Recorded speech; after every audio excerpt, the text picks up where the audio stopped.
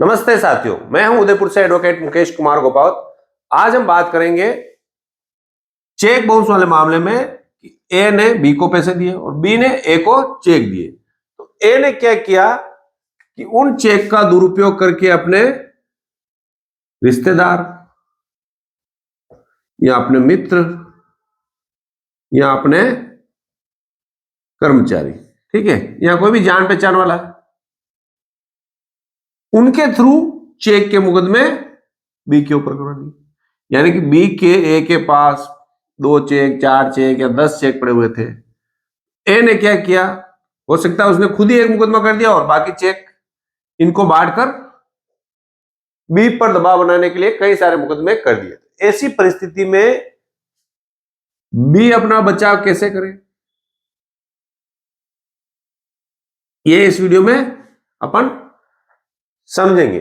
होता ये है, प्रैक्टिकली ये होता है, ए ने बी को पैसा दिया, बी समय पे पैसा नहीं दे पाया और बी के 2-4 चेक ए के पास पड़े। ए घबरा जाता है या परेशान हो जाता है तो वो बी को सबक सिखाने के लिए क्या करता है, एक चेक का उपयोग तो वो खुद कर लेता है, बाकी चेक अपने रिश्तेदारों की जरिए ए के ऊपर मुकदमे करवा देता है ताकि ए परेशान हो जाए और ए को अन्य अलग अलग कोर्टों में पेशी करने के लिए भी जाना पड़े, जिससे वो ज्यादा परेशान हो जाए और परेशान होकर बी ए से राजीनामा कर ले। ऐसे मुकदमे कई बार आते हैं। वर्तमान में मेरे पास एक मुकदमा है जिसमें बी नाम का व्यक्ति था, उसने ए को कितने चेक दिए, 10 चेक दिए और अब ए ने क्या किया, एक मुकदमा तो खुद कर दिया, 2 मुकदमे उसके पुत्र से करवा दिए, ठीक है, 2 मुकदमे उसके नौकर से करवा दिए और एक मुकदमा उसके जमाई से करा दिया। इस प्रकार से एक तो उदयपुर में मुकदमा किया, एक पास में वल्लभनगर कोर्ट में किया, एक मावली कोर्ट में किया, कुछ मुंबई में किए, ठीक है, और कुछ दक्षिण भारत में आंध्र प्रदेश में किए। यानी कि कई जगह मुकदमे करवाकर ए बी को पेशी की पर बार बार जाना पड़ता है। ऐसी स्थिति में बी किस प्रकार से ये साबित करे कि मेरे ये चेक किसने अन्य लोगों को बांटे हैं, इस पर अपन चर्चा करेंगे। ये जो बात है चेक वाली बात, ए तो बोल देगा मैं जानता ही नहीं, मैंने किसी व्यक्ति को चेक नहीं दिया सर, मैं तो मेरे पैसे मांगता हूं, बी जाने, बी का काम जाने, तो बी तो फंस गया ना। फंसाने वाले व्यक्ति को तो निकालना है अपना काम। सबसे पहले अपने को जो ध्यान देना है, किस चीज का ध्यान देना है, नोटिस। नोटिस में क्या चीज होती है, एक तो नोटिस का लिफाफा, ठीक है, नोटिस की लिखावट, ठीक है, नोटिस पे जो टिकट लगा है वो टिकट और वकील साहब का नाम। यानी होता क्या है, जैसे ए ने 5 लोगों से अन्य से मुकदमा करवाया, वो 5 लोग कोर्ट में वकील नहीं करेंगे, खर्चा कौन करेगा, ए करेगा। ए अपने अधिवक्ता के थ्रू ही सबके नाम से अलग अलग नोटिस दिलवाएगा, या कई बार वो वकील का नाम भी चेंज कर सकता है, कई बार वकील सबके एक हो जाते हैं। तो ऐसी स्थिति में आपको देखना है कि मान लो ए ने मुकदमा करवाया, एक सी ने किया, एक डी ने किया, एक ई ने किया और एक एफ ने किया, अलग अलग रिश्तेदारों से करवा दिया। तो जो लिफाफे है क्या सब वो एक ही है? अब सब एक ही है तो फिर एक आदमी तो उदयपुर रह रहा है, एक दिल्ली रह रहा है, एक इंदौर रह रहा है, तो उनके लिफाफे एक कैसे आए? या एक ही कोर्ट में मुकदमा कराया तो लिफाफे एक जैसे कैसे आए, उन पर टिकट एक जैसे कैसे आया, और उन लिफाफों में जो एडी की जो तारीख है वो भी लगभग लगभग समान होती, और उनकी नोटिस की जो लिखावट है, जिस प्रकार से लिखावट है, जो कंप्यूटर से टाइपिंग का जो जरिया है वो भी लगभग लगभग एक जैसे होगा। यहां तक कि कई बार तो जो पेन से एड्रेस लिखे जाते हैं वो एड्रेस भी एक जैसे, क्योंकि एक यही लिखवाता है, ये जिन वकील साहब के पास जाएगा वो वकील साहब अलग अलग व्यक्ति के नाम से नोटिस जारी करेंगे, उनका ही बाउंस हुआ, उनका ही बाउंस हुआ, तो लिखावट भी एक जैसी आती है। तो एक तो ये साबित होता है कि ये सब ने मिलकर किया। किसने? इन सब ने मिलकर, किससे? ए से मिलकर, क्योंकि ये सारे जो लिफाफा है, लिखावट है, टिकट है या वकील साहब का नाम, वो सब एक आ रहा है। दूसरा जो पॉइंट है, आप उन लिफाफों को ध्यान से देखना। अगर आपके ऊपर एक से ज्यादा मुकदमे हो गए ना, तो आपको कुछ ना कुछ, जब ध्यान से देखते हैं तो कुछ ना कुछ चीज पॉइंट उसमें पकड़ में ही आता है। दूसरा, मान लो बी है, बी की उम्र 35 साल है। अब 35 साल में उससे पहले भी कोई साल 2 साल 3 साल पहले कोई मुकदमा नहीं। सभी मुकदमे लगभग 2 या 3 माह के अंतराल में होंगे, जो ये साबित करता है कि ये ने चेक बांटे। भाई बी के 5 साल पहले, 2 साल पहले, 1 साल पहले भी कोई मुकदमा होना चाहिए था। सारे लगभग महीने भर का ही होता है, लगभग सब में 1 महीने के अंदर अंदर सब लोग चेक डाल रहे हैं, सबके बाउंस भी हो रहे हैं और सब नोटिस भी दिला रहे हैं। ये भी एक बात सिद्ध करता है कि इसका मतलब ये मिली भगत है।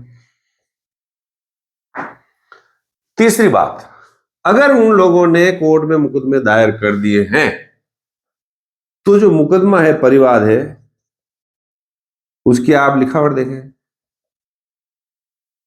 यानी कंप्यूटर टाइप किया हुआ एक ही फर्मे में होगा, वो भी आपके पक्ष में होगा।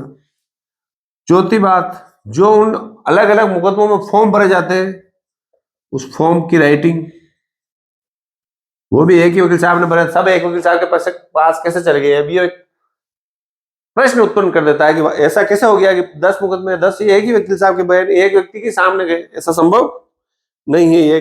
ये नहीं कि पांचवी जो बात है, चेक पर जो लिखावट है उसको भी आप ध्यान से देखें। एक ही व्यक्ति ने लिखी, अलग अलग व्यक्ति ने लिखी। हो सकता है 5 बातों में नहीं मिले, कुछ इनमें से 3 बातें मिल जाए, 2 बातें मिल जाए, तो इससे यह सिद्ध होगा कि ये किने CDEF से मिलकर बी पर ये मुकदमे करवाए। एक तरह से आपके पास ये सबूत आ जाएगा। यानी कि आप न्यायिक अधिकारी को, पुलिस वाले को, किसी व्यक्ति के पास जाते हो तो ये सारे पॉइंट आपको बताने पड़ेंगे। साहब ये राइटिंग देखिए, ये फॉर्म देखिए, ये डाक विभाग के जो एक ही डाक से डालेंगे ये सारे, ये देखिए। यानी कि जो बदमाशी करता है वो कहीं ना कहीं चूक तो करते हैं, उसकी चूक को पकड़कर ही अपने को आगे की कार्रवाई करना है। फिर अपन बात करते हैं कि साहब ये तो कर दिया, अब अपन क्या करें? ए बी को क्या करना चाहिए? ऐसा कर दिया तो बी को 2 काम करने चाहिए। एक तो ए को नोटिस दिलाएं कि भाई मेरे आपके पास 6 चेक पड़े या 7 पड़े हैं, उनका आपने दुरुपयोग करके इन व्यक्तियों को चेक बांटे और इन्होंने इस नंबर का इस व्यक्ति को दिया है, इस नंबर का इस व्यक्ति को दिया है, यानी कि सी को ये दिया, डी को ये दिया और इतने रुपए का भरा है, जो गलत है। आप उनसे चेक वापस रिटर्न अपने पास रख ले।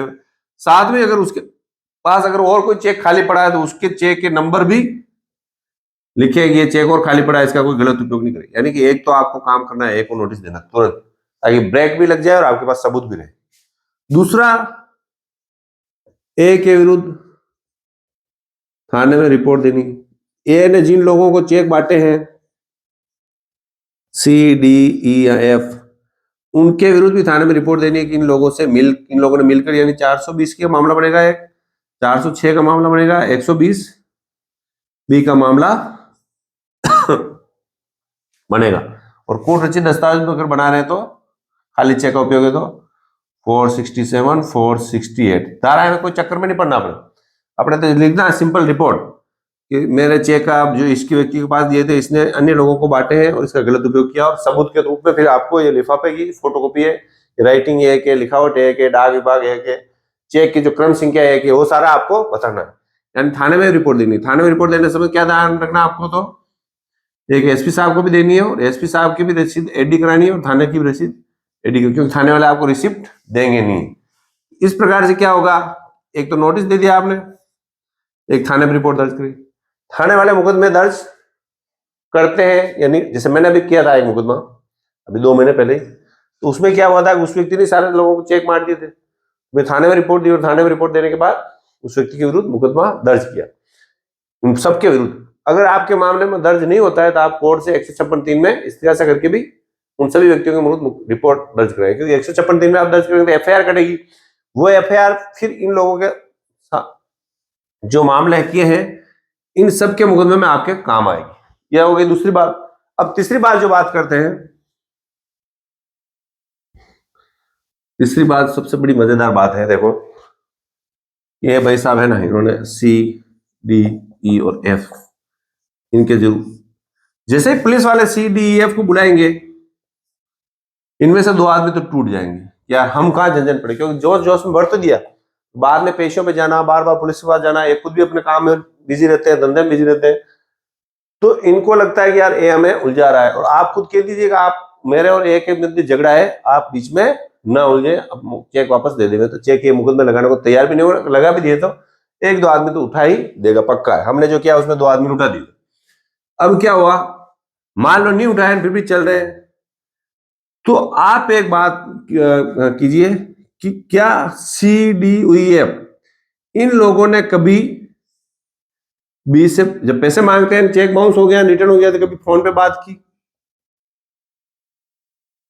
या कोई मैसेज किया या किसी के सामने आपसे पैसे मांगे? ये सारे प्रश्न भी उठेंगे कि जब ये कभी मिले ही नहीं हमसे, हमने कोई पैसे के लेन देन की बात ही नहीं हुई, तो मेरा चेक इनके पास ए के थ्रू ही गया, इन्होंने कब पैसे दिए, किसके सामने दिए, किस लिए दिए, ये सारे प्रश्न भी उठेंगे। और इसमें भी आप कॉल डिटेल निकलवाइए कि साहब बी और मेरे मध्य कितनी बार बात हुई, डी और बी के मध्य कितनी बार बात हुई। कॉल डिटेल की आप कोर्ट में एप्लीकेशन लगानी है, किसमें, वापस धारा आ गई ना 91 में, साहब कॉल डिटेल मंगवाई जाए। तो कॉल डिटेल पुलिस कार्रवाई करेगी तो कॉल डिटेल लिखवा लेगी, पुलिस चाहे तो निकलवा सकती है, पुलिस नहीं निकलवाएगी, कोर्ट में मुकदमा चला जाए। 91 की एप्लीकेशन लगाकर आप जो संबंधित कंपनी है उससे आप कॉल डिटेल कोर्ट के थ्रू मंगवा सकते हैं। फिर ये बात हुई कि जब इनके विरुद्ध इन्वेस्टिगेशन चलेगा, मुकदमा चलेगा, फिर आपके बात हुई जीरो वाली, भाई इनको BCD को बताना पड़ेगा पैसा कब दिया, किसके सामने दिया, किस लिए दिया, फिर इन्होंने कितना अमाउंट भरा, वो बात भी महत्वपूर्ण होगी। और ऐसी क्या जरूरत पड़ गई कि बी ने सबसे पैसा ले लिया, और फिर अमाउंट कितना बड़ा भरा है, बी की हैसियत कितनी है, ये सारी बातें भी महत्वपूर्ण रहेगी। यानी कि जो ए ने चेक बांट तो दिए गुस्से गुस्से में, मगर आप जो मैं बताता हूँ ना कि चेक का मुकदमा एक प्लानिंग के साथ लड़ना चाहिए। जब भी चेक मुकदमा आपने किसी व्यक्ति को चेक दिया है और आपको धमकी दे रहा है, उसी समय आपका प्लानिंग चालू हो जाना चाहिए कि इस मुकदमे को किस प्रकार से लड़ना है। आपका कोई चेक का मुकदमा चल रहा है, आपके ऊपर किसी ने चेक का मुकदमा कर दिया है, या आपने किसी पर चेक का मुकदमा किया है और आपको पता नहीं चल रहा है मुझे किस प्रकार से इसमें मुझे प्लानिंग बनानी चाहिए, तो मेरे नंबर दिए गए, इस पर आप मुझसे कॉल कर सकते हैं। यानी मैंने अलग अलग वीडियो में अलग अलग प्लानिंग बता चुका हूं कि इस प्लान के तहत ही आपको सारे एविडेंस कराने, नोटिस से लगाकर, थाने की रिपोर्ट से लगाकर, स्टॉप पेमेंट कब कराना है, कब नहीं कराना है, चेक गुम गए तो क्या रिपोर्ट देनी है, किस प्रकार देनी है, यानी कि सारी स्टोरी एक ही होनी चाहिए, तो आपको जाकर चेक के मुकदमे में आपकी जीत पक्की होगी। यानी कि इस वीडियो में आपको समझाना चाहता हूं कि अगर ए ने किसी व्यक्ति को चेक बांट दिए हैं तो ऐसा नहीं है कि आप परेशान हो। इसके साथ आप एक काम और कर सकते हैं, आप हाई कोर्ट में भी जा सकते हैं।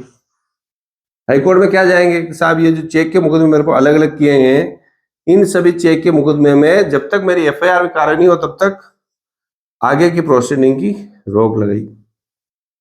हाई कोर्ट इस मामले को देखेगी, सारी एप्लीकेशन की फोटोकॉपी कोर्ट में चल रहे हैं उसको भेजे और उचित समझेगी तो निश्चित रूप से रोक लगाएगी। हमने भी अभी भेजी है, मगर अभी इस पर कोई आदेश अभी हुआ नहीं है, विचाराधीन हो जाता है तो मैं आपको जरूर बताऊंगा। तो मेरा कहने का मतलब यह है कि चेक का जो मुकदमा आप जिस व्यक्ति ने आप बांट दिए बार बार चेक, उससे आपको डरने की जरूरत नहीं है, क्योंकि आप मेरा जो वीडियो बनाने का मेन उद्देश्य ये है कि सच्चाई की जीत हो। तो मैं हूं उदयपुर से एडवोकेट मुकेश कुमार गौत। वीडियो पसंद है लाइक करें। Thank you.